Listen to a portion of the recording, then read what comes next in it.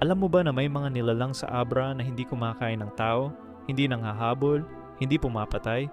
Ang ginagawa nila ay mas kakaiba pa, sila ang Alan. Sa mitolohiya ng mga tinggihan sa Abra, ang Alan ay mga nilalang na may katawang parang tao, pero ang kanilang mga daliri sa kamay at paa ay nakabaliktad. Nakatira sila sa loob ng matatandang puno at tahimik silang nagmamasid. Hindi sila naghahanap ng buhay na tao. Naghahanap sila ng mga bagay na nahuhulog mula sa katawan, dugo ng may sakit, pinutol na kuko, mga sanggol na hindi na ilabas ng buhay.